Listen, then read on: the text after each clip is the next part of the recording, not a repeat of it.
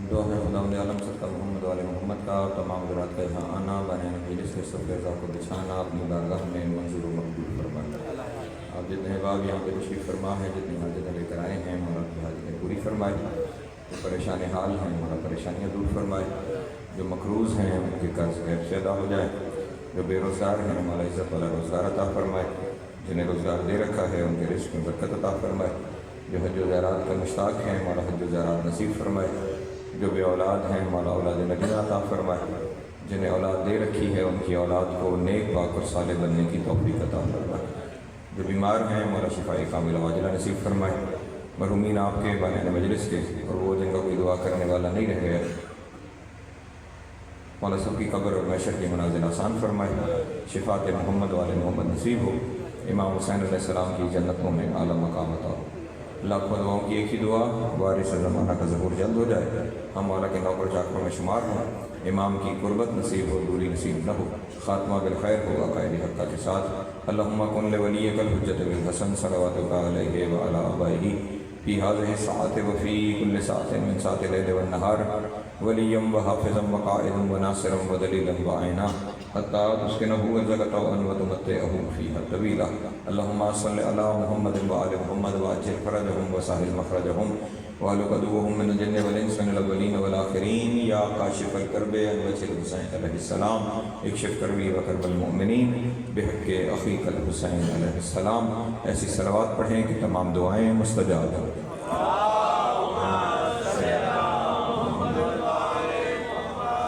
اعوذ باللہ من الشیطان اللعین الرجیم، بسم اللہ الرحمن الرحیم۔ الحمدللہ الاول بلا اول کان قبلہ والآخر بالآخر یکونا بعدہ، کثرت رؤیتہ ابصار الناظرین وعجزت عناتہ اوہام الواصفین، وصلی اللہ علی اشرف الانبیاء والمرسلین وخاتم النبیین ابی القاسم محمد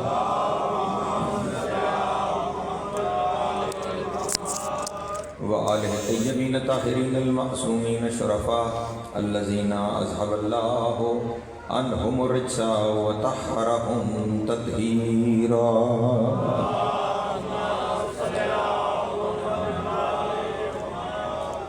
ولعنت اللہ امت علی اعدائہم اجمعین من یوم عداوتہم الی قیام یوم الدین، اما بعد فقد قال اللہ تبارک و تعالی فی محکم کتابہ المجید وفرقانہ الحمید وقولہ الحق وهو اصدق الصادقین۔ بسم اللہ الرحمن الرحیم، یا ایھا الذین آمنوا آمنوا باللہ ورسولہ صلوات و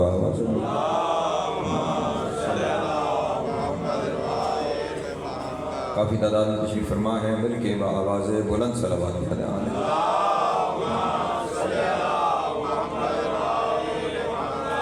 توجہ ہے، گفتگو شروع کی جائے۔ سروزہ مجالس اعضاء اور آج مسلسل ہماری یہ دوسری نشست ہے۔ سرنامہ کلام کے طور پہ کل بھی آپ کے سامنے سورہ نساء سے ایک آیت کی تلاوت کا شرف حاصل کیا، اور آج پھر اسی آیت کو پھر سے تلاوت کیا ہے آپ کے سامنے، کہ جس میں خدا بند عالم بندوں سے یہ ارشاد فرما رہا ہے کہ یا ایھا الذین آمنوا آمنوا، اے وہ لوگوں جو ایمان لا چکے ہو ایمان لے آؤ۔ پہلے سے وہ صاحبان ایمان ہے، کوئی ایمان ہے جو وہ پہلے سے رکھتے ہیں، اور کوئی ایمان ہے کہ جس کا خدا تقاضا کر رہا ہے کہ اے ایمان والو ایمان لے آؤ۔ اور وہ کیا ایمان؟ کل آپ کے سامنے عرض کیا کہ ایک ہے ایمان اور ایک ہے عرفان۔ کسی چیز کو مان لینا ایمان ہے اور اسے پہچان لینا عرفان ہے۔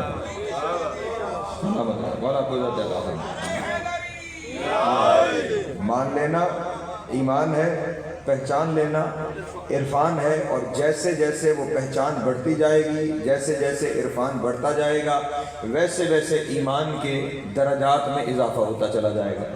خدا بند عالم نے ایمان کے 10 درجے بتائے اپنے نبی کی زبان سے، اور ان 10 درجوں میں 8ویں 9ویں اور 10ویں درجے والے کا نبی اکرم نے تعارف کروایا کہ 8ویں درجے پہ جناب مقداد ہیں، 9ویں پہ حضرت ابو ذر ہیں، اور 10ویں پہ حضرت سلمان ہیں۔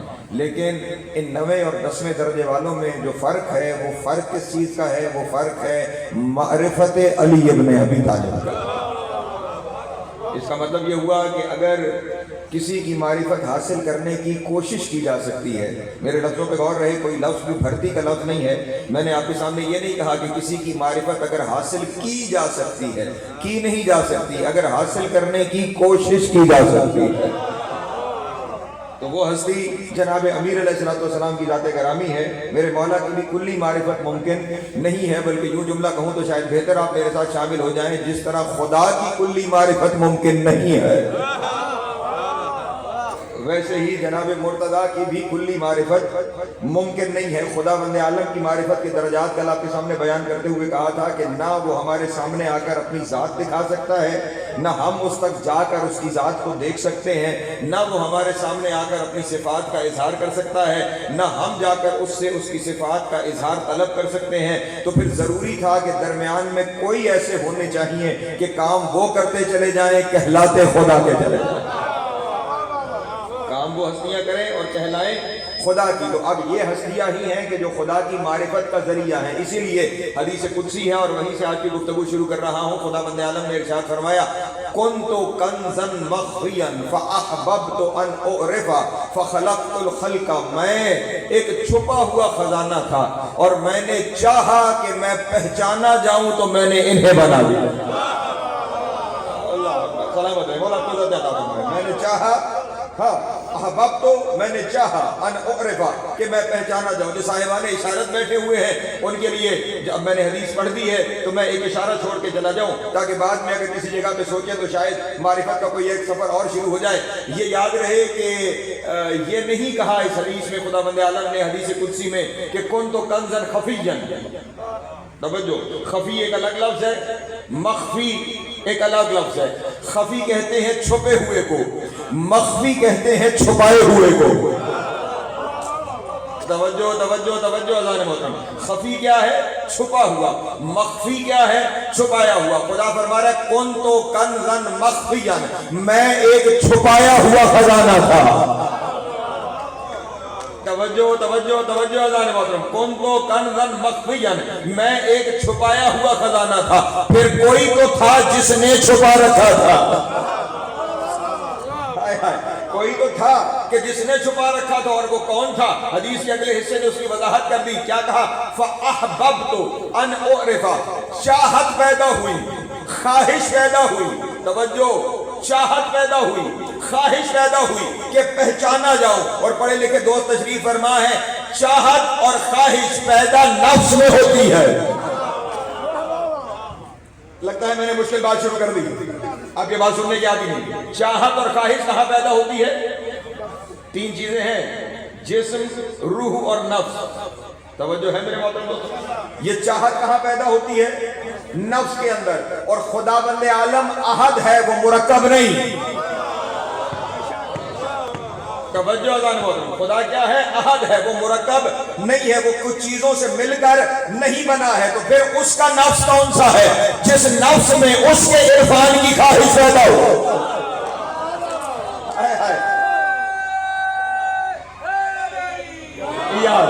وہ نفس تلاش کرو جس نفس کے اندر یہ خواہش پیدا ہوئی کہ وہ پہچانا جائے۔ جس کے اندر یہ خواہش پیدا ہوئی نا کہ وہ پہچانا جائے، وہی تھا جس نے اسے چھپایا ہوا تھا۔ اسی نے چھپایا ہوا تھا۔ وہ نفس کون سا ہے؟ نفس الہی تلاش کرو تاکہ تمہیں خبر ہو کہ تم وجود میں کیسے آئے۔ کہ وجہ اللہ نے محترم، مخلوق وجود میں آئی ہے اس کی پہچان چاہے جانے کی وجہ سے۔ توجہ، تاکہ مخلوق پہچانے۔ وہ چاہت پیدا ہوئی تو مخلوق پیدا ہوئی، تو وہ چاہا کس نے؟ توجہ اللہ نے محترم، وہ چاہا کس نے؟ وہ اللہ کا نفس کون ہے کہ جس نے چاہا تو پھر مخلوق آئی تاکہ وہ خدا کی پہچان کرے۔ اور اگر کسی کو نہ مل سکے تو آؤ ایک منزل میں دکھا دیتا ہوں، زمانے کو کھلی چھٹی ہے، وہ تلاش کرے، جب مل گیا تو ہمیں بتا دے۔ توجہ اللہ محترم، جب نوانے والوں کو نفس خدا مل گیا تو وہ ہمیں بتا دے، جب تک نہیں ملتا اسے مان لو جو ہم بتانے جا رہے ہیں۔ ہماری طرف سے تو میدان محشر تک چھٹی ہے، تلاش کر کے لے آؤ کہ نفس خدا کون ہے۔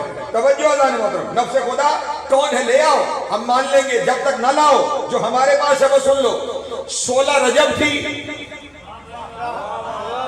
توجہ اللہ محترم، 30 عام الفیل 13 رجب علی کعبے میں اترے، 16 رجب 30 عام الفیل مصطفیٰ علی کو لینے اسی رستے سے کعبے میں گئے جس رستے سے علی کی ماں گئی تھی۔ سلام علیہ جیسے ہی پہنچے، توجہ اللہ نے محترم، رسول خدا نے جناب امیر کو اپنے ہاتھوں میں اٹھایا۔ اگر جملہ پہنچ گیا تو میری آج کی محنت سوارت ہو جائے گی۔ جناب امیر کو اپنے ہاتھوں میں اٹھایا اور بڑے غور سے نبی نے ولی کا چہرہ دیکھا، رسالت نے ولایت کو دیکھا، اور دیکھنے کے بعد نبی اکرم کی زبان سے کچھ جملے جاری ہوئے جو محفوظ ہوئے کتابوں میں، اور وہ جملے کیا تھے؟ نبی نے علی کو دیکھتے ہی کہا یا علی لحموں کا لحمی و دموں کا دمی و جسموں کا جسمی و روحوں کا روحی، اے علی تیرا خون میرا خون ہے، اے علی تیرا گوشت میرا گوشت ہے، اے علی تیرا جسم میرا جسم ہے، اے علی تیری روح میری روح ہے۔ آسان لفظوں میں محمد نے کہا اے علی تو میں ہے۔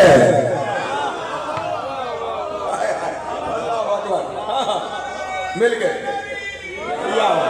تیرا جسم میرا جسم، تیری روح میری روح، تیرا خون میرا خون۔ توجہ اللہ محترم، تو میں ہے میں تو ہوں۔ ادھر نبی اکرم کی زبان سے یہ لفظ جاری ہوئے، فوراً آواز قدرت آئی، اے میرے حبیب سارے کا سارا علی آپ لے جائیں گے۔ ذرا غور سے دیکھیں، اس کی آنکھیں عین اللہ ہے، اس کا چہرہ وجہ اللہ ہے، اس کی زبان لسان اللہ ہے، اس کے کان نظم اللہ ہے، اس کے پہلو جنب اللہ ہے، یہ سارے کا سارا نفس اللہ ہے۔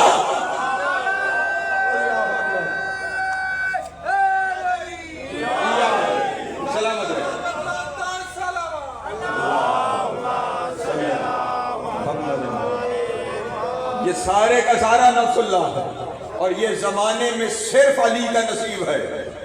موذن اٹھوال جملہ ضائع نہ جائے، یہ زمانے میں صرف علی کا نصیب ہے کہ کعبے میں آئے تو نفس اللہ بنتا ہے، مباہلے میں آئے تو نفس رسول اللہ بنتا ہے۔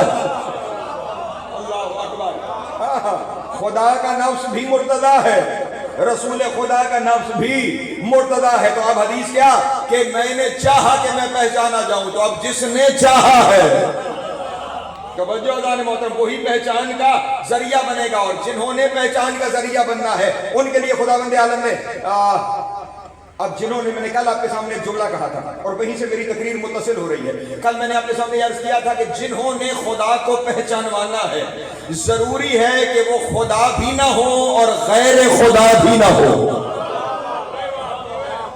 توجہ اللہ محترم، ضروری ہے کہ وہ خدا بھی نہ ہو، وہ غیر خدا بھی نہ ہو۔ تو اب جو خدا بھی نہیں ہے، غیر خدا بھی نہیں ہے، اور انہوں نے خدا کو پہچانوانا ہے، تو وہ جب زمین پر آئے تو انہوں نے آ کر زمانے والوں کو بتایا۔ میرے نبی نے ارشاد فرمایا، سنیا والوں سنو، جانتے ہو میں کون ہوں؟ اول ما خلق اللہ نوری، اللہ نے سب سے پہلے میرا نور بنایا۔ سلامت رہے، مولا کو جاتا فرمایا، خداوند عالم نے سب سے پہلے میرا نور بنایا ہے۔ جو میں نے جملہ کہا کہ غیر خدا نہ ہو، بس اس میں دلیل دے کے اور میں آگے بڑھ جاؤں گا۔ سب سے پہلے اس نے میرا نور بنایا ہے۔ اب تمام عالم اسلام کے ہر ایک فرد سے، وہ عالم ہے یا غیر عالم، میرا سوال یہ ہے کہ یہ نور مصطفیٰ کس چیز سے بنا ہے؟ توجہ نہ، یہ نور مصطفیٰ کس چیز سے بنا ہے؟ توجہ نہ، اگر تو کسی چیز سے بنا ہے تو وہ چیز اول ہو جائے گی، توجہ، مصطفیٰ مؤخر ہو جائیں گے، حدیث غلط ہو جائے گی۔ مثلا یہ ممبر لکڑی سے بنا، لکڑی پہلے تھی تو ممبر بنا، توجہ ہے نا، اس کا مطلب لکڑی اول ہے، ممبر مؤخر ہے، کیونکہ لکڑی سے ممبر وجود میں آیا ہے۔ توجہ ہے، یہ سپیکر لوہے سے یا سٹیل سے بنا ہے تو سٹیل پہلے ہوگا، سپیکر بعد میں ہوگا۔ تو اب نبی کا نور کس چیز سے بنا ہے؟ اگر تو کسی چیز سے بنا ہے تو وہ چیز اول ہے، نبی اول نہیں۔ توجہ اذان ہوا تو پھر وہ چیز اول ہے، نبی اول نہیں ہے۔ اگر نبی اول نہیں ہے تو حدیث تو یہی ہے کہ اول ما خلق اللہ۔ توجہ اذان محترم، سب سے پہلے خدا نے مجھے خلق فرمایا، تو پھر زمانے والوں تلاش کرو کس چیز سے بنا ہے۔ اگر چیز لے کر آؤ گے تو وہ چیز اول ہو جائے گی نبی کی حدیث۔ اور خیال رہے کہ یہ حدیث صرف شیعہ کتابوں میں نہیں، توجہ، یہ حدیث برادران اہل سنت کی کتابوں میں، بلکہ ہمارے خلاف ایک بڑی کتاب لکھی امام کعبہ ابن حجر مکی نے سوائق محرقہ کے نام سے۔ توجہ ہے، سوائق یعنی بجلیاں، محرقہ ہلاک کر دینے والی، مار دینے والی، یعنی ہمارے خلاف لکھی ہوئی ایسی کتاب کہ انہوں نے ہمارے لیے ایسی بجلیاں تخلیق کی کہ جو ہمیں ہلاک کر ڈالے، لیکن عجب ہے زندگی وہیں سے نکل رہی ہے۔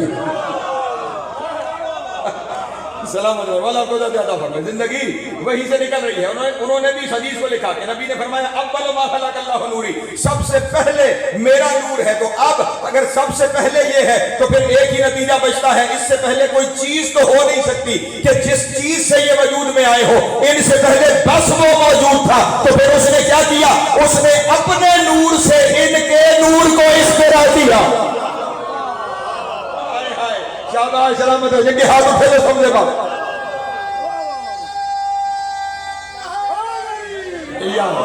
سلامت ہے، مولا کو زیادہ ہاں، پھر اس نے اپنے نور سے ان کے نور کو اختراع کیا۔ اور یہاں پر اگر کسی کے ذہن میں یہ خیال آ رہا ہو کہ جب کسی چیز سے کوئی چیز جدا ہو جائے تو پہلے والی چیز ناقص ہو جاتی ہے، تو خدا نے جب انہیں خود سے جدا کیا تو خدا نخواستہ ناقص ہو گیا؟ نہیں عزیزان محترم، جو ناقص ہو جائے وہ خدا نہیں رہتا۔ جو ناقص ہو جائے وہ خدا نہیں رہتا۔ تو پھر سمجھے کیسے؟ مثلا یہ میز ہے، اس کے ساتھ سے میں ایک ٹانگ جدا کر لوں تو یہ میز تو ناقص ہو جائے گا۔ توجہ ہے نا میرے محترم دوستو؟ لیکن یہ اس لیے ناقص ہو جائے گا کہ یہ مادہ ہے، یہاں معاملہ نور کا ہے۔ یہ مادیت میں ہے کہ اگر کچھ الگ ہو جائے تو اصل ناقص ہو جاتی ہے۔ اگر کسی کو نہ سمجھ میں آئے تو میں یوں سمجھا دیتا ہوں اور آسانی سے سمجھ میں آ جائے گا۔ کہیں کسی جگہ کوئی ایک چراغ جل رہا ہو، توجہ اذان وقت، اس جلتے ہوئے چراغ کے قریب آپ دوسرا چراغ لے کر آئیں، جیسے ہی وہ اس سے مس ہوگا پہلا بھی جلتا رہے گا، دوسرا بھی روشن ہو جائے گا۔ سلامت ہے، مولا کو زیادہ عطا فرمائے۔ ہاں ہاں، ظرف کی بات ہے نا، ظرف کی بات ہے تو پہلا بھی اپنی جگہ روشن ہے، دوسرا بھی روشن ہو جائے گا۔ بس زمانے کو یہی سمجھنے کی ضرورت ہے کہ اصل میں بس چراغ توحید روشن تھا، اس نے اس چراغ توحید سے عصمت کے 14 چراغ جلائے۔ اللہ اکبر، سلامت ہے، مولا کو زیادہ عطا فرمائے۔ ہاں ہاں، اسی چراغ سے اس نے چراغ رسالت کو روشن کیا، اسی چراغ سے اس نے چراغ مصطفیٰ کو روشن کیا، اسی سے اس نے چراغ محمد کو روشن کیا۔ تو اب اس چراغ سے جب یہ چراغ روشن ہوا، توجہ اذان محترم، ہے اس کا نور، لیکن معاملہ عجب ہے۔ اور جو اگلی حدیث پڑھنے جا رہا ہوں، یہ حدیث بھی برادران اہل سنت کی کتابوں میں ہے کہ اس نے، توجہ، نبی نے فرمایا اس نے اپنے نور سے سب سے پہلے مجھے بنایا، اور پھر ساتھ ہی فرمایا مجھے اکیلا نہ سمجھنا، انا و علی من نور واحد۔ سلامت ہو، توجہ ہے نا میرے محترم دوستوں؟ ہاں ہاں، یہ حدیث بھی وہی موجود ہے، انا و علی من نور واحد، میں اور علی ایک ہی نور کے دو حصے ہیں۔ اور جانتے ہیں یہ دو کرنا بھی اس کی وحدت کی ضرورت تھی، ورنہ اگر وہ اس ایک کے دو نہ بناتا تو احد دو ہو جاتے۔ توجہ نہیں فرمائی آپ نے؟ وہ اگر اس ایک کے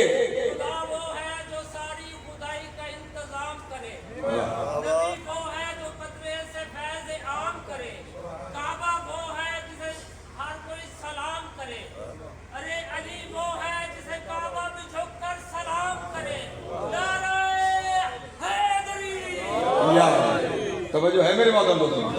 ہاں، اگر وہ اس کے دو حصے نہ کرتا تو پھر احد دو ہو جاتے اور معاملہ مشکل ہو جاتا۔ اسی لیے تو اس نے، توجہ اذان محترم، میں جملہ ہدیہ کروں اپنے دوستوں کے سامنے، یہ فرق رکھنے کے لیے، احدیت اور وحدت کا فرق رکھنے کے لیے وہ خود قل هو اللہ احد تھا۔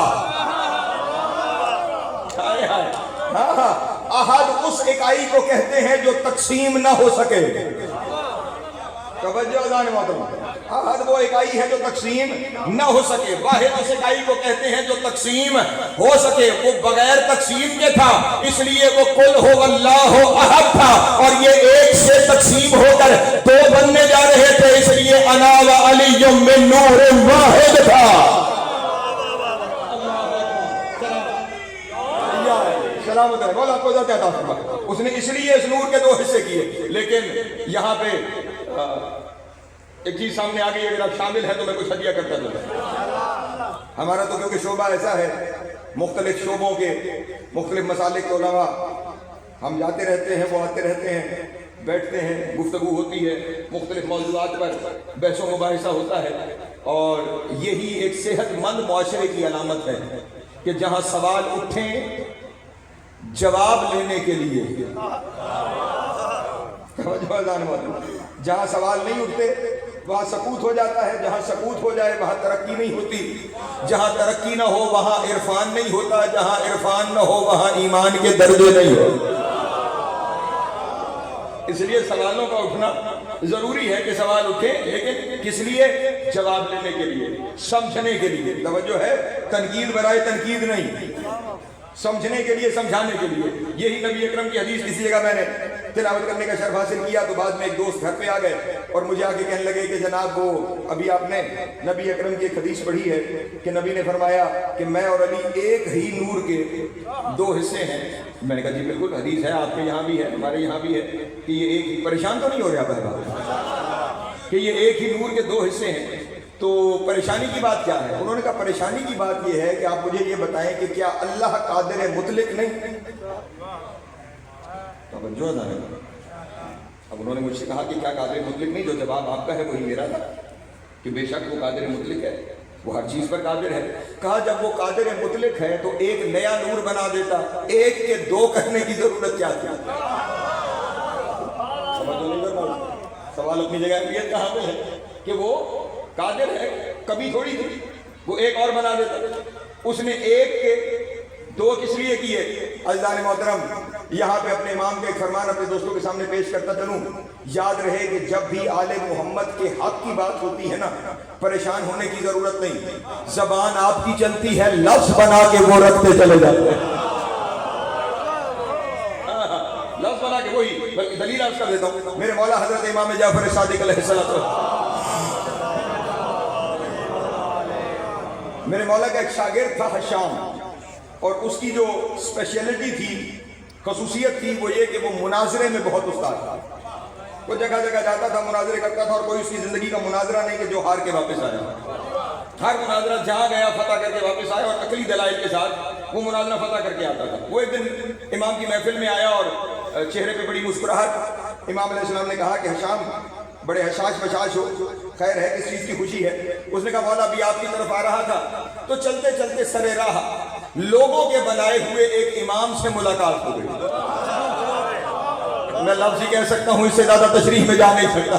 لوگوں کے بنائے ہوئے ایک امام سے ملاقات ہو گئی. وہاں سر راہ مناظرہ شروع ہو گیا, اور مولا میں مناظرہ جیت کے آیا ہوں. جملہ ہدیہ کر دیا, میں مناظرہ جیت کے آیا ہوں. امام نے فرمایا کہ حشام اللہ تیری توفیقات میں مزید اضافہ کرے, خدا بند عالم تیرے علم میں مزید اضافہ کرے. اس نے کہا مولا بڑا احسان ہے, پہلے ہی سب کچھ آپ کی وجہ سے ہے, لیکن ایک سوال پوچھنا چاہتا ہوں. امام نے کہا ہاں پوچھ حشام, کیا پوچھنا چاہتا ہے؟ کہا مولا سوال یہ ہے کہ جب کبھی اس سے پہلے کہیں مناظرہ ہوا, باقاعدہ تاریخ رکھی جاتی تھی, موضوع رکھا جاتا تھا, تیاری کی جاتی تھی, پھر جا کر کہیں مناظرہ ہوتا تھا. آج تو سر راہ چلتے چلتے مناظرہ ہو گیا, انہوں نے مجھ سے سوال کرنا شروع کر دیے, اور مولا وہ سوال کرتے گئے, مجھے سوچنے کی ضرورت ہی نہیں پڑی. ایسے لگتا تھا پہلے سے جواب میری زبان پہ رکھے ہوئے ہیں, ایسے لگتا تھا جواب پہلے سے زبان پہ رکھے ہوئے ہیں. امام نے کہا حشام اپنے ذہن میں بھی بٹھا لے, اور قیامت تک آنے والے ہمارے چاہنے والے کو بتا دے کہ جب ہمارے حق کی بات ہو پھر پریشان ہونے کی ضرورت نہیں. تو بس لب ہلاتا چلا جا, تیری زبان پہ لفظ ہم رکھتے چلے جا. سلامت مولا کو زیادہ سیدہ کو سلامت. اور یہ نوجوان بھی بیٹھے ہوئے ہیں, یہ آپ کی زندگی کا تجربہ ہوگا. ہاں ذہن میں کچھ ہوتا ہی نہیں ہو، جب کہیں سوال ہو جائے تو جواب فوراً زبان سے جاری ہونا شروع ہو جاتے ہیں۔ وہ بھی میرے گھر آ گئے اور انہوں نے آ کر مجھے کہا کہ جناب یہ کیا وجہ ہے کہ ایک ہی نور کے دو حصے کیے، وہ دو نور بنا دیتا۔ توجہ اذان محترم، اب طریقہ یہ ہے، سنت طریقہ یہ ہے کہ جب مہمان آئے تو پہلے اس کی خدمت کی جائے اور پھر کوئی بات چیت کی جائے۔ میرے ایک دوست نے کشمیر سے اپنے باغ سے ایک سب سے اچھے درخت کے کچھ سیب توڑ کے مجھے تحفے میں بھیجے تھے۔ توجہ فرمائیے، میں فوراً گیا اور میں نے فریج سے وہ دو سیب نکالے اور وہ لا کر میں نے ان کے سامنے رکھے۔ پہلے میں نے ایک سیب اٹھایا اور اسے میں نے درمیان سے دو حصوں میں تقسیم کیا اور وہ سیب میں نے ان کے سامنے رکھا کہ قبلہ پہلے تناول فرما دیجیے۔ انہوں نے سیب کا ایک حصہ کھایا، جب وہ کھا چکے تو انہوں نے دوسرا بھی اٹھایا، انہوں نے وہ دوسرا حصہ بھی سیب کا کھا لیا۔ جب وہ دوسرا حصہ بھی کھا چکے تو میں نے ان سے پوچھا کہ حضور یہ دونوں کیسے تھے؟ شاباش، سلامت رہے، مولا کو زیادہ عطا فرمائے۔ یہ دونوں جو پہنچ گئے انہیں میری طرف سے بات سلامت رہے، مولا کو زیادہ عطا فرمائے۔ یہ دونوں کیسے تھے؟ ان کے ماتھے پہ تھوڑے سے بال آئے اور مجھے کہنے لگے جناب یہ آپ نے دونوں کیوں کہا؟ یہ ایک ہی سیب کے تو دو حصے تھے، آپ نے دونوں کیوں کہا؟ یہ ایک ہی سیب کے دو تھے، جیسا ذائقہ وہاں تھا ویسا ذائقہ یہاں تھا، جیسا رنگ وہاں تھا ویسا رنگ یہاں تھا، جیسی خوشبو وہاں تھی ویسی خوشبو یہاں تھی۔ میرے دل کو تسلی ہو گئی، میں نے دوسرا سیب بھی ان کی طرف بڑھایا، میں نے کہا حضور یہ بھی کھا لیجئے، قبلہ تھے، انہوں نے وہ بھی کھا لیا اور جب کھا گئے تو میں نے کہا حضور یہ کیسا تھا؟ انہوں نے کہا تھا بڑا اچھا، تھا بڑا میٹھا، تھا بڑا خوشبودار، لیکن 19-20 کا فرق ضرور تھا۔ سلام شاباش، ہاں 19-20 کا فرق ضرور تھا۔ میں نے کہا حضور ایک ہی باغ کے ایک ہی درخت سے اترے ہوئے سیب ہیں، فرق کیسا؟ انہوں نے کہا جناب ہوگا، ایک ہی باغ ہوگا، ایک ہی درخت ہوگا، لیکن 19-20 کا فرق ضرور ہے۔ شاید کوئی ہوا لگنے میں فرق ہو گیا ہوگا، کہیں روشنی لگنے میں فرق ہو گیا ہوگا، ہے ایک ہی درخت کے ہوں گے لیکن 19-20 کا فرق ضرور ہے۔ میں نے کہا مولانا یہی تو معاملہ ہے، اگر اللہ محمد اور علی کے دو نور بنا دیتا، تو کہتا ہے دونوں نور، لیکن دونوں میں 19-20 کا فرق ضرور ہے۔ اس نے ایک ہی نور کے دو حصے کر کے زمانے کو بتایا جیسا میرا محمد ہے ویسا میرا علی ہے۔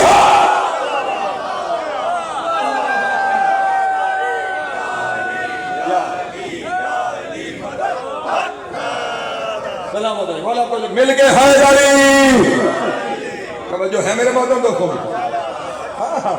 اس نے یہ ایک ہی کے دو حصے ہی اس لیے کیے ہیں تاکہ زمانے والوں کو خبر ہو سکے کہ جیسا پہلا ہے ویسا ہی دوسرا ہے، جیسا میں نے ایک کو بنایا ویسا ہی میں نے زمانے والے دونوں کے درمیان فرق کوئی نہ کر سکے۔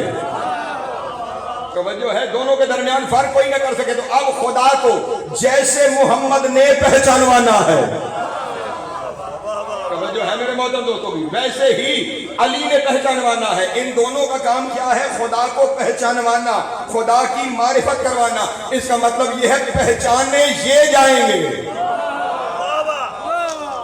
توجہ اللہ محترم، سامنے اس نے نہیں آنا، پہچانے یہ جائیں گے، اور جنہوں نے پہچانے جانا ہے، میں جملہ ہدیہ کروں اگر کہیں مسئلہ ہو جائے تو میں پہلے سے معذرت چاہتا ہوں، پہچانے یہ جائیں گے، وہ سامنے نہیں آئے گا، پہچانے یہ جائیں گے۔ جب پہچانا انہوں نے جانا ہے تو پھر جو ان کا منکر ہو گیا وہ اس کا منکر ہو گیا۔ اللہ اکبر، سلامت ہے، مولا کو جو کہتا ہوں۔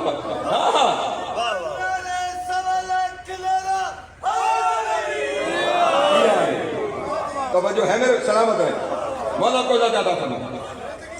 پہچان میں انہوں نے آنا، پہچانے یہ جائیں گے۔ توجہ اللہ محترم، ہاں جب انہوں نے پہچانوانا ہے اور ان کے ذریعے وہ پہچانا جائے گا۔ بلکہ میں پھر آپ کے سامنے ایک جملہ ہدیہ کروں، اگر آپ محبت سے سماعت فرما رہے ہیں اور میرے ساتھ اس سفر میں مسلسل چلتے چلے جا رہے ہیں تو میں آپ کے سامنے یاد کرتا چلوں کہ یہ انہی ہستیوں کا کمال ہے کہ خدا کے ہونے کی دلیلیں ہیں۔ توجہ اللہ محترم، ہاں ورنہ اگر یہ نہ ہوتے تو خدا کے ہونے کی کوئی دلیل ہمارے پاس نہ ہوتی۔ یہ پڑھ لکھے دوست تشریف فرما ہے، ایک بڑی معروف زیارت ہے ہمارے یہاں اس زیارت کا نام ہے زیارت جامعہ صغیرہ. دو زیارات ہیں زیارت جامعہ کے نام سے، ایک زیارت جامعہ کبیرہ، ایک زیارت جامعہ صغیرہ. جو زیارت جامعہ کبیرہ ہے وہ حضرت امام علی نقی علیہ السلام سے مروی ہے، اور جو زیارت جامعہ صغیرہ ہے وہ حضرت امام علی رضا علیہ السلام سے مروی ہے. ایک شخص مولا کے پاس آیا اور اس نے آ کر کہا کہ آقا میں آپ کے بابا حضرت امام موسیٰ کاظم علیہ السلام کی زیارت کرنے کے لیے مل کے بآواز بلند صلوات پڑھنے والے بغداد جا رہا ہوں، ان کی قبر مبارک پر زیارت کے لیے جا رہا ہوں، اور مولا جب وہاں جاؤں گا تو انہیں سلام پیش کرنا ہوگا. توجہ، جب وہاں جاؤں گا تو کیا کرنا ہوگا؟ اور خیال رہے سلام زندوں کو کیا جاتا ہے. اللہ اکبر. انہیں سلام پیش کرنا ہوگا، اور جب جا کر میں نے سلام پیش کرنا ہے تو مولا میں اپنے آپ کو اس قابل نہیں سمجھتا کہ میرے پاس کوئی ایسے لفظ موجود ہوں جن لفظوں کی وجہ سے حجت خدا کو سلام کیا جائے. اس لیے میں آپ کے دروازے پر آیا ہوں کہ آپ مجھے وہ لفظ تعلیم فرما دیں جن کے ذریعے آپ کے بابا کو سلام کیا جا سکے. توجہ اذان محترم، اس شخص کی معرفت کو سلام ہے جو اس بات کو سمجھ رہا ہے کہ میرے پاس وہ لفظ بھی نہیں ہے جن لفظوں کے ذریعے مولا کو سلام کیا جائے. ایک درود پڑھنے بآواز بلند آنے پھر بھی ایک بلندر صلوات.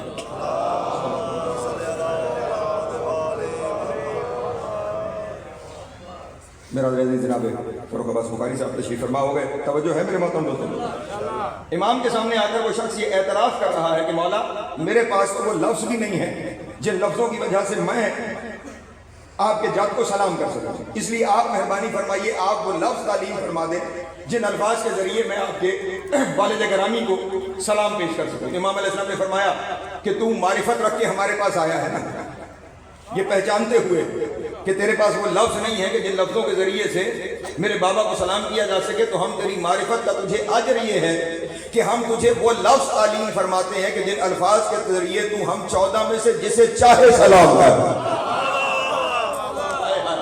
توجہ، ہم 14 میں سے جسے چاہے ان الفاظ کے ذریعے سلام کر. اسی لیے یہ زیارت جامعہ کہلاتی ہے، یعنی سب کی زیارت. اور بالکل مختصر زیارت ہے. اگر آپ اس زیارت کو یاد کر لیں تو جب کبھی آپ زیارات پر جاتے ہیں تو آپ کو ہر جگہ کتاب کھولنے کی بھی شاید ضرورت نہ پڑے. آپ یہی الفاظ ہر ایک مولا کے حرم میں جا کر انہی الفاظ کے ذریعے مولا کو سلام پیش کر سکتے ہیں. توجہ اذان محترم، وہ الفاظ جو امام نے تعلیم فرمائے، خیال رہے کہ میں اس کے ذیل میں آپ کے سامنے عرض کر رہا ہوں کہ یہ ہستیاں اس کے ہونے کی دلیل ہے، یہ اس کے ہونے کی دلیل ہے. اب کیا الفاظ مولا نے تعلیم فرمائے؟ السلام علی اولیاء اللہ و اصفیائہ، السلام علی امناء اللہ و احبائہ، السلام علی انصار اللہ و خلفائہ، السلام علی محال معرفت اللہ، السلام علی مساکن ذکر اللہ، السلام علی مظہر امر اللہ و نہیہ، السلام علی الدعاة الی اللہ، السلام علی الادلاء الی اللہ، السلام علی الذین من والاہم فقد والا اللہ ومن آداہم فقد آد اللہ ومن عرفہم فقد عرف اللہ ومن جاہلہم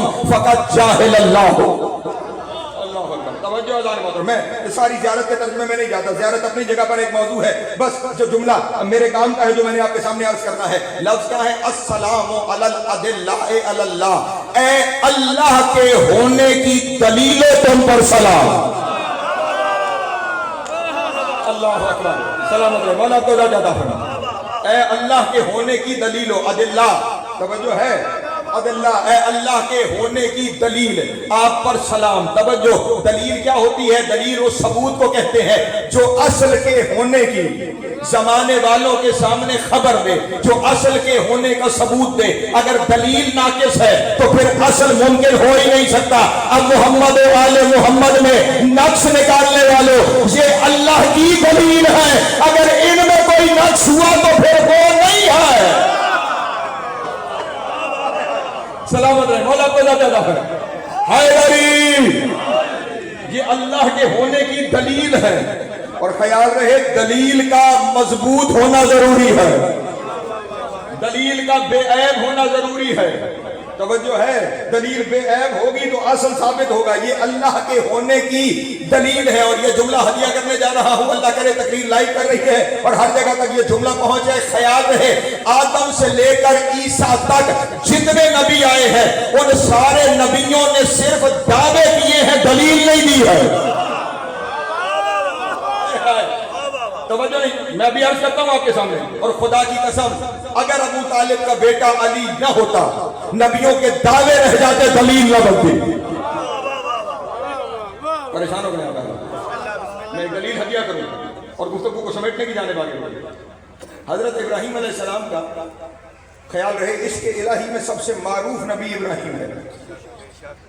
خلیل خدا ہونے کی منزل پر نبی, رسول, اولی العزم رسول, صاحب شریعت, خلیل خدا, امام, اتنے سارے عہدے ہیں جناب ابراہیم کے پاس. اور اب حضرت ابراہیم کا مناظرہ ہے نمرود سے. توجہ, مناظرہ قرآن میں موجود ہے. جب مناظرہ ہوا تو حضرت ابراہیم نے خدا کے ہونے کی دلیل یہ دی کہ میرا خدا وہ ہے جو مردوں کو زندہ کرتا ہے اور زندوں کو موت دیتا ہے. توجہ, یہ دلیل کس نے دی ہے؟ عاشق خدا حضرت ابراہیم نے, کہ میرا خدا مردوں کو زندہ کرتا ہے, زندوں کو موت دیتا ہے. نمرود تھا, اس نے کال کوٹڑی سے ایک موت کا قیدی چھوڑ دیا, کہا دیکھ میں زندگی دیتا ہوں. ایک راہ چلتے شخص کو پکڑ کر قتل کر دیا, کہا دیکھ میں موت دیتا ہوں. توجہ ماشاءاللہ, وہ کہ اس کی دلیل ناقص ہے, اسی پر بحث ہو سکتی تھی, لیکن ایک ہی دلیل کو پکڑ کر بحث وہ کرے جس کے پاس دلیلیں تھوڑی ہوں. توجہ فرمائیے گا, سامنے بھی ابراہیم ہے, کہا اچھا اگر ایسا ہے تو اسے ہی زندگی اور موت سمجھتا ہے تو سن, میرا اللہ وہ ہے جو سورج کو مشرق سے طلوع کرتا ہے اور مغرب میں غروب کرتا ہے. اگر تو خدا ہے تو سورج کو مغرب سے طلوع کر کے دکھا. جو پہنچ گئے سو پہنچے, جو نہیں پہنچے انہیں ساتھ لے کے چلنا چاہتا ہوں. توجہ فرمائیے گا, میرا اللہ سورج کو مشرق سے طلوع کرتا ہے, مغرب میں غروب کرتا ہے. اگر تو اللہ ہے تو سورج کو مغرب سے طلوع کر کے دکھا. قرآن کہتا ہے وہ پوہت الذی کفر, کافر مبہوت ہو گئے, اس کے پاس دینے کے لیے کوئی جواب. فاروق صاحب تشریف فرما ہو گئے نا, تو پھر ایسے لوگ بیٹھے تو جملے خود بخود آنا شروع ہو جاتے ہیں. یہ میں نے سب کو تو لسانی ہو گئی کہ میں نے کہا کہ کافر مبہوت ہو گئے. لفظ ہے وہ پوہت الذی کفر, توجہ, کفر مبہوت ہو گیا. اس کا مطلب یہ ہوا جو حجت سے بحث کرے وہ کافر نہیں, کفر ہے. سلامت ہے, مولا کو دیتا ہوں, مبہوت ہو گیا. اس کے بعد دینے کے لیے جواب, توجہ اذان محترم, جواب نہیں تھا. لیکن اب یہاں پہ میں ہاتھ جوڑ کے جملہ کہوں گا اور بس میں اپنی گفتگو کو سمیٹنے کی جانب آگے بڑھ جاؤں. توجہ اذان محترم, اس کے پاس جواب دینے کے لیے کوئی بات موجود نہیں تھی, لیکن جو جملہ ہاتھ جوڑ کے کہنا چاہتا ہوں وہ جملہ یہ ہے کہ ابراہیم نے بھی تو صرف دعویٰ کیا, کر کے تو نہیں دکھایا. توجہ اذان محترم, حضرت ابراہیم نے بھی تو صرف کہا ہے کہ خدا وہ ہوتا ہے جو سورج کو مغرب سے طلوع کر سکے. نہ ابراہیم نے کر کے دکھایا, نہ نمرود نے ڈیمانڈ کی کہ سورج کو مغرب سے طلوع کیا جائے. دعویٰ بردوش ہوا ہو گیا اور سفر کرتا رہا ابراہیم کا دعویٰ کائنات میں کہ خدا وہ ہوتا ہے جو سورج کو مغرب سے طلوع کر سکے. لیکن نہ ابراہیم نے کر کے دکھایا, نہ کوئی ایسا معاملہ ہوا. وقت گزرتا چلا گیا, گزرتے گزرتے گزرتے ایک دن لوگوں نے مدینے میں دیکھا کہ مغرب میں ڈوبا ہوا سورج طلوع ہونا شروع ہوا, ادھر سے ڈوبا ہوا سورج طلوع ہونا شروع ہوا. ادھر لوگوں نے جنہوں نے قرآن پڑھ رکھا تھا انہوں نے پڑھا تھا کہ وہ اللہ ہوتا ہے جو سورج کو مغرب سے طلوع کرے. انہوں نے تلاش کرنا شروع کیا یہ کون خدا ہے جس نے سورج کو مغرب سے طلوع کر لیا. تلاش کرتے کرتے اللہ تو نہیں ملا, ایک اللہ کا ولی تھا جس کا سر سجدے میں تھا اور وہ سورج طلوع کر کے کہہ رہا تھا جس کا علی اتنا طاقتور ہے اس کا اللہ کتنا تھا.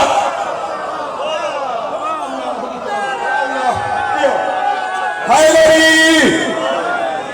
سلامت رہے, مولا کو دو دو.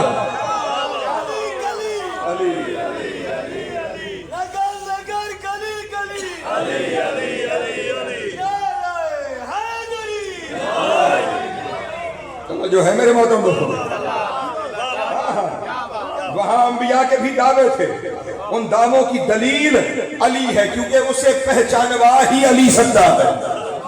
توجہ رہے اذان محترم، پہچانوا ہی میرا مولا علی سکتا ہے۔ توجہ اذان محترم، بس میں سمیٹنے جا رہا ہوں اپنے بیان کو۔ تو جب اس نے پہچانوانا ہے تو پھر کائنات کی ہر چیز پر علی کا ویسے اختیار ہونا ضروری ہے جیسے اس کا ہے۔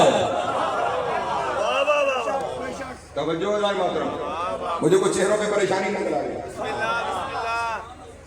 پہلے دلیل سن لیجیے اور معاملہ سمیٹ لیا میں نے آج کی حد تک۔ یہ دلیل ہر روز نہ صحیح تو ہر شب جمعہ ہماری نگاہوں کے سامنے سے گزرتی ضرور ہے، ہماری سماعتوں سے بھی گزرتی ہے، لیکن جانے کیوں غور نہیں کرتے۔ اگر غور کر لیں تو محمد و آل محمد کی حدود معین کرنا چھوڑ دیں کہ یہ کر سکتے ہیں اور یہ نہیں کر سکتے۔ حدیث کسا پڑھتے ہو؟ اچھا، یہ بھی ہمارے یہاں ایک عجب معاملہ ہو گیا ہے کہ اپنے یہاں بحثیں شروع ہو جاتی ہیں، کوئی کہتا ہے حدیث کسا پڑھو، کوئی کہتا ہے دعائے کمیل پڑھو۔ یہ میرا جملہ جہاں تک ہو سکے لے جائیے گا۔ اپنے یہاں بحثیں ہیں، حدیث کسا پڑھو اور دعائے کمیل، بھئی دونوں میں سے ایک کیوں پڑھو؟ شب جمعہ چھوٹی ہے،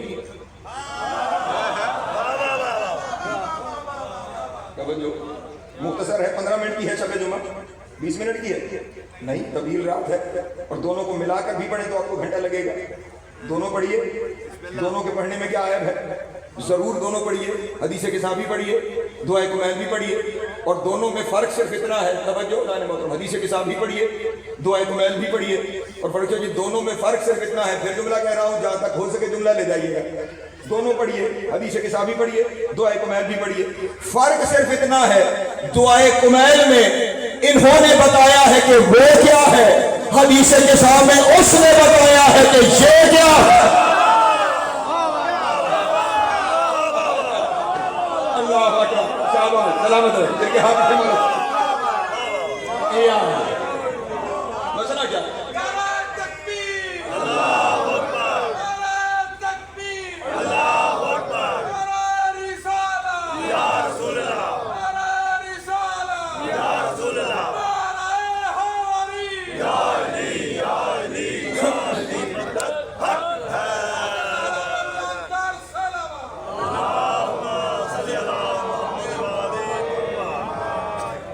حدیث کسا کے اندر ایک لفظ آتا ہے کہ جہاں پر پہنچ کر جبریل خدا سے سوال کرتا ہے کہ یہ چادر کے نیچے کون ہے، تو وہاں سے جواب آتا ہوں اہل بیت نبوت و خاتم الرسالہ ہم فاطمہ و ابوہا و بالہا و بنوہا، اور اس کے بعد چلتے چلتے لفظ کیا آتے ہیں، انی ما خلقت السماء مبنیۃ ولا ارضا مدیۃ ولا قمرا منیرا ولا شمسا مضیۃ ولا فلکا یدور ولا بحر یجری ولا فلک یسری الا فی محبت ہؤلاء الخمسۃ الذین هم تحت الکساء۔ میں نہ آسمان کا شامیانہ لگاتا، نہ میں زمین کا فرش بچھاتا، نہ میں ستاروں کو روشنی عطا کرتا، نہ میں سورج کو روشن کرتا، نہ میں چاند کو حسن عطا کرتا، نہ میں ستاروں کے کمکمے لگاتا، نہ میں زمین میں پانی بہاتا، نہ میں اس پانی میں کشتیاں چلاتا، گویا سرا سے سریا تک کچھ نہ بناتا، اگر بنایا ہے تو ان کی محبت میں جو چادر کے نیچے ہے۔ سمجھا میرا بھائی، ان کی محبت میں جو چادر کے نیچے ہیں، سرا سے سریا تک کائنات میں کچھ نہ بناتا، بنایا ہے ان کی محبت میں جو چادر کے نیچے ہیں۔ سوال توجہ اذان محترم کے اختیار کہاں تک ہے؟ میری گفتگو تمام ہو گئی، کائنات میں کچھ نہ بناتا، بنایا ان کی محبت میں ہے۔ اسی مثال سے سمجھ لیجئے گفتگو تمام ہو گئی۔ میں یہاں پر آؤں اور بیٹھ کر کہوں جناب والا یہ گھڑی میں نے خریدی ہے فروخ شاہ صاحب کی محبت میں، اور پھر ساتھ ہی کہوں کہ شاہی خیال کیجئے گا ہے آپ کی محبت میں، پہنیے گا نہیں، ہے آپ کی محبت میں، اس سے وقت نہیں دیکھیے گا، ہے آپ کی محبت میں لیکن اپنے پاس نہیں رکھیے گا۔ توجہ اذان محترم، تھوڑی دیر بعد آپ کھڑے ہو جائیں گے اور کھڑے ہو کر ہر ایک مجھ سے یہ کہے گا کہ جب استعمال کی اجازت انہیں نہیں دینی تھی، گھڑی پر اختیار انہیں نہیں دینا تھا، تو پھر احسان چڑھانے کی ضرورت کیا تھی کہ یہ میں نے آپ کی محبت میں خریدی ہے؟ تو زمانے والوں بس یہی سمجھ لو، جب اللہ نے محمد و آل محمد کو کائنات پر اختیار دینا نہیں تھا، کائنات بنانے کی ضرورت کیا ہے؟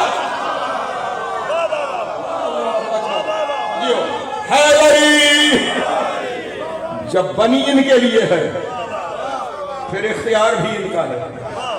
پھر حکومت بھی ان کی ہے، پھر چاہے تو ڈوبا ہوا سورج پلٹائیں اور چاہے تو چاند کے 2 ٹکڑے کریں، بنی جو ان کے لیے ہے، حکومت جو ان کی ہے۔ لیکن عجب یہ ہے کہ جو کائنات بنی ان کے لیے ہے، اسی کائنات میں ان ہستیوں کو نہ صرف یہ کہ پہچانا نہیں گیا، وہ ظلم اٹھائے۔ بس ایک جملہ تبرکاً تفصیل سے مسائل شاہ جی پڑھیں گے، اگر کل وقت سے آپ تشریف لے آئے تو میں تفصیلی مسائل آپ کے سامنے عرض کروں گا۔ آج بس ایک جملہ سماعت فرما لیجیے اور ممبر شاہ صاحب کے حوالے۔ کوفے سے شام جاتے ہوئے رستے میں ایک منزل آتی ہے، اس منزل کا نام ہے ہومس، میم صاد۔ جب یہاں پر قافلہ پہنچا تو گرمی اتنی شدید تھی کہ یزیدی فوج کے جانور بھی ہانپ گئے۔ جانوروں کی زبانیں باہر آ گئی، جانوروں نے چلنے سے انکار کیا۔ جب جانوروں نے چلنے سے انکار کیا تو مجبوراً قافلہ روکنا پڑا، پڑاؤ ڈالا گیا، اور اگر جملہ پہنچ گیا تو رونے کے لیے ہی کافی ہو جائے گا۔ یزیدی فوج کے لیے شامیانے لگائے گئے، علی و بطول کی اولاد کو جلتی ہوئی دھوپ کو دکھایا۔ صرف فوج کے لیے نہیں، یزیدی فوج کے جانوروں کے لیے بھی شامیانے لگائے۔ اولاد علی و بطول کو جلتی ہوئی دھوپ پہ بٹھایا گیا۔ حسین کی 4 سال کی بیٹی نے دیکھا کہ سید سجاد ایک جگہ پہ بیٹھے ہوئے کبھی اپنے ہاتھوں کو ایسے اوپر اٹھاتے ہیں، پھر کچھ دیر بعد ہاتھوں کو نیچے گراتے ہیں، تھوڑی دیر بعد پھر ہاتھ اٹھاتے ہیں، پھر ہاتھوں کو نیچے گراتے ہیں۔ بہنیں بھائیوں کو تکلیف میں دیکھ نہیں سکتی۔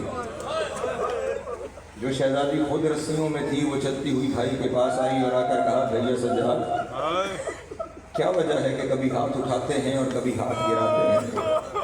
سید سجاد کی آنکھوں میں آنسو آئے اور رو کر کہا، سکینہ میری ہتھکڑیاں گرم ہو گئی ہیں۔ اجرکم اللہ، اجرکم اللہ۔ آپ کی ہائے بلند ہو گئی، میرے ہاتھوں کی ہتھکڑیاں گرم ہو گئی ہیں۔ جب کلائیاں چلنے لگتی ہیں تو میں ہاتھ اوپر اٹھا دیتا ہوں، اور پھر جب بازو چلنے لگتے ہیں تو میں ہاتھ نیچے گرا دیتا ہوں۔ ہتھکڑیاں بہت گرم ہو گئی ہیں۔ بہن ہے نا، آنکھوں میں آنسو جاری ہوئے اور رو کر کہا، سید سجاد میرے بھائی اگر اجازت دو تو میں شمر سے تھوڑا پانی مانگ لوں، میں پانی لاؤں گی، اجرکم اللہ، اجرکم اللہ، میں تمہاری ہتھکڑیوں پہ ڈالوں گی، شاید کچھ دیر کے لیے سکون میسر آ جائے۔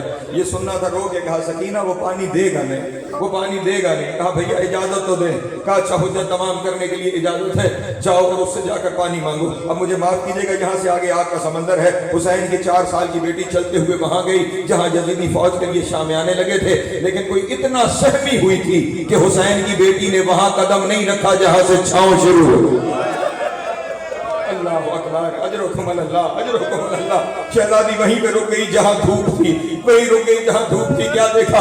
شمر فوجیوں کو پانی پلا رہا ہے، شمر بڑی دیر فوجیوں کو پانی پلاتا رہا، سکینہ وہیں پہ کھڑی رہی۔ شمر نے اس کا دیکھا بھی نہیں کہ بچی کیوں کھڑی ہے۔ حمید کہتا ہے آخر میں قریب گیا اور میں نے جا کے کہا، ظالم پوچھ تو ہے کہ یہ بچی آئی کیوں ہے۔ کہتا اس وقت چلتا ہوا قریب آیا اور قریب آ کے کہنے لگا، بچی ادھر کیوں آئی ہے، کس لیے یہاں پر آئی ہے؟ کہتا اس وقت سکینہ نے روتے ہوئے کہا، مجھے تھوڑا سا پانی چاہیے۔ اجرکم اللہ، اجرکم اللہ۔ جیسے حسین نے عسکر کے لیے مانگا تھا، مجھے تھوڑا سا پانی چاہیے، پانی دے دے۔ شمر ہنس کے کہنے لگا، پہلے فوجی پی لے۔ ہائے ہائے، اللہ اکبر، پہلے فوجی پی لے، اگر پانی بچ گیا تو میں تجھے دوں گا۔ حسین کی بیٹی دیکھتی رہی، فوجی پانی پیتے رہے، بڑی دیر شہزادی دیکھتی رہی، فوجی پانی پیتے رہے۔ جب سارے فوجی پانی پی چکے نا، ابھی مشق میں پانی باقی تھا۔ حسین کی بیٹی نے سمجھا پانی مجھے دے گا۔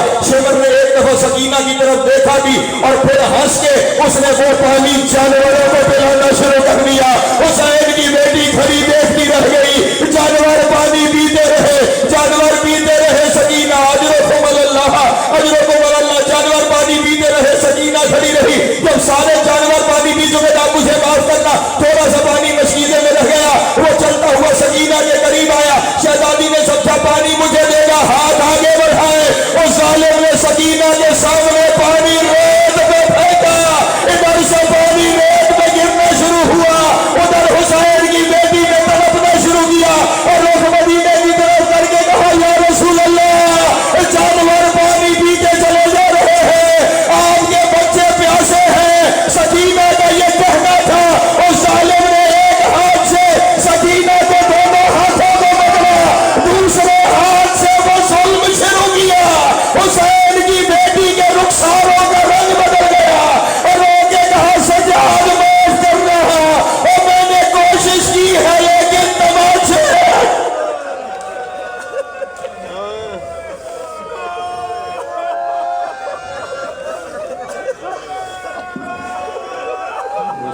علم الذین ظلموا أيهم لدن ينقلبون ولعنة الله